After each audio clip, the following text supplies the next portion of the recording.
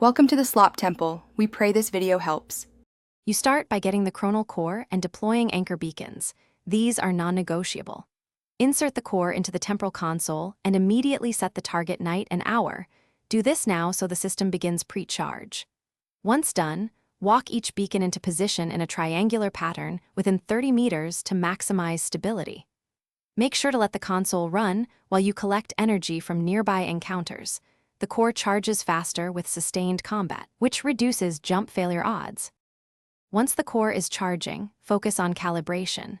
You need to bring beacon readouts into alignment by adjusting coordinates in half-degree increments.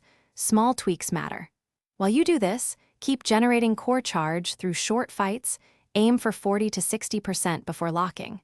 When the chronometer reads within plus or minus 2 minutes of your target, lock it.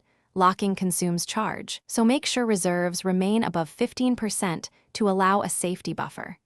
This reduces drift during the... You now initiate the temporal jump sequence. Press execute only when all 3 beacon indicators are green. As soon as you arrive, deploy the stabilizer module to lock the local timeline. This prevents paradox effects and secures loot. After stabilization, claim objectives and perform a quick save at the nearest anchor node. If the jump fails, do not panic. Verify the core has more than 15% charge, ensure beacon alignment didn't drift. Reboot the console, and attempt a calibrated retry immediately. Thanks for watching.